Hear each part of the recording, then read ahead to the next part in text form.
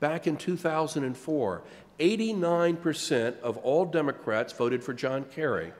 93% of all Republicans voted for George W. Bush. So when you have an 8 to 14 point advantage, that is a very, very, very big deal. And when you ask people, which party would you rather see control the White House after this election? In the last NBC News Wall Street Journal poll, Democrats were ahead by 13 percentage points, 50 to 37. That is a very, very, very big lead. But it's not just party identification and preference for president. It also is an enthusiasm gap.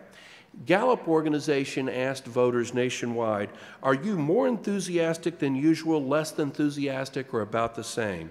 And when they asked that question back in February, Democrats, 79% of Democrats said they were more enthusiastic, only 15% said they were less enthusiastic. Among Republicans, it was 44% more enthusiastic, 48% less enthusiastic than normal.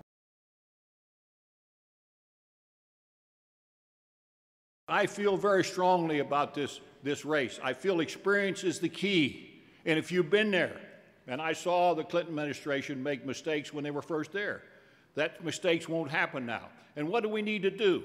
We need jobs for people. We need to produce infrastructure. We need sewage and water. People don't think that's exciting. Let me tell you something. I know it's exciting because I know in my district you couldn't do anything without sewage and water. You need to build houses. You need to build businesses.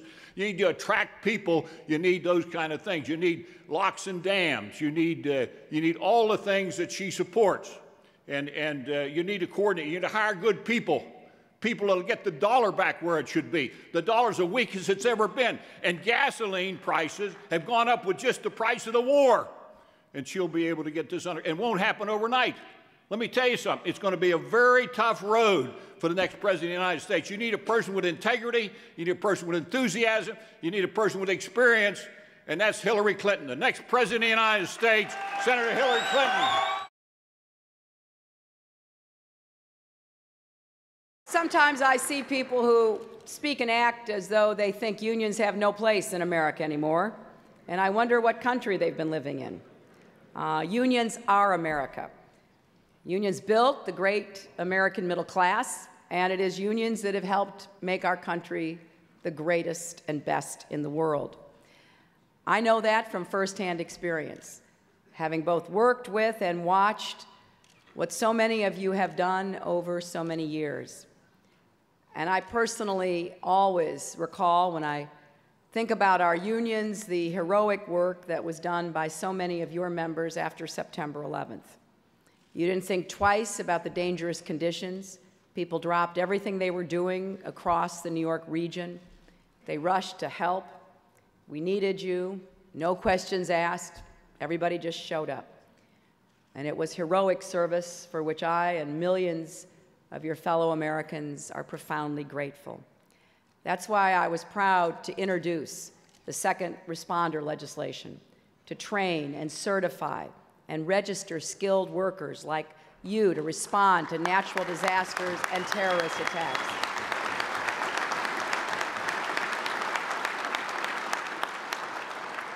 My legislation will create a national database of workers across our country who can mobilize immediately in the event of some kind of crisis.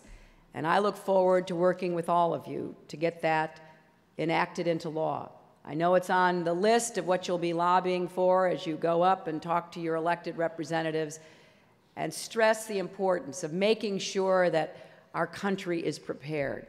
And we have a system to not only mobilize you and send you to help, but also then to take care of you after you have helped.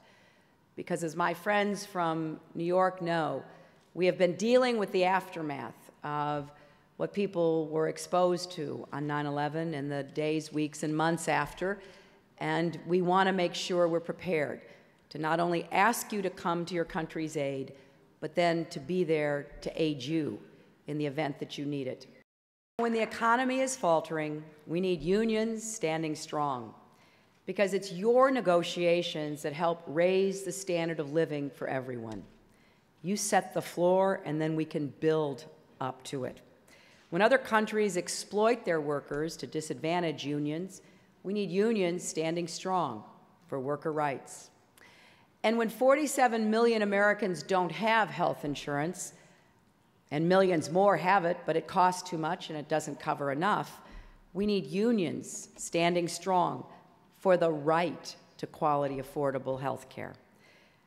You all know what it means to fight for the underdog. You do it every single day. You stand up for people who are voiceless and powerless.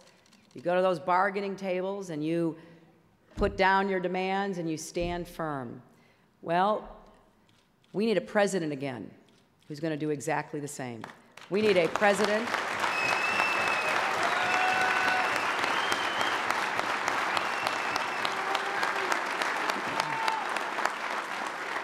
who's going to be the same kind of fighter and champion. You know, when you send someone to the bargaining table, you do need the strongest, toughest, most determined person you know.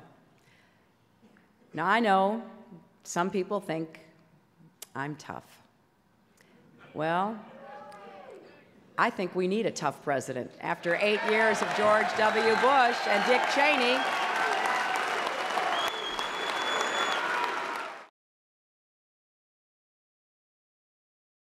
the 9/11 Commission recommendations, they hadn't brought it forward because, you know what, it costs money to protect this country.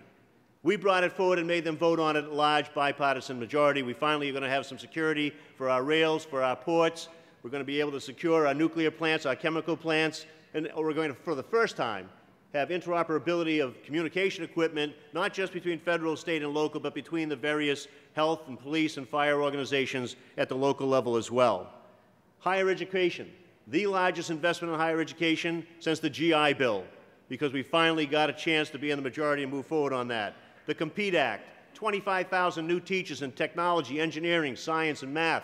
Money for research and development so that our kids will have a chance to build the jobs of the future and get jobs themselves in an area where they can make a decent living. An energy bill to raise from 25 miles per gallon to 35 miles per gallon the CAFE standard, to have better building standards so we have good, efficient, conserving buildings. The standards on appliances are up. And in there, I'm proud to say, is Hilda Solis and my Green Jobs Act, which is going to allow people to have a job in the green industries that don't get exported, that stay here, and you can raise a family on the amount of money that you earn.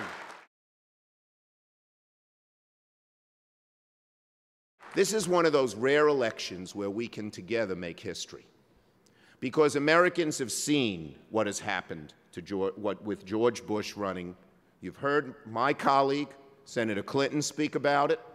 You've heard Tierney speak about it from Massachusetts. We have an amazing opportunity, and we have a chance to pick up seats in states where we usually never have a chance. Right now, we're ahead. We got 12 senators up, Democrats. Every one of them is in pretty good shape. We're going to win every one of those 12. And of the 23 Republicans, we're contesting them in about 14 of those seats. We're already ahead in 6. And we're close in another 5. And we have chances to win in places like Mississippi and Kentucky, North Carolina. You folks, again, building trades have lined up for us in ways that we never expected, above and beyond the call of duty. And you know, we never could win a seat in some of these states 2 years ago. Maybe 2 years from now we won't, but this is our year.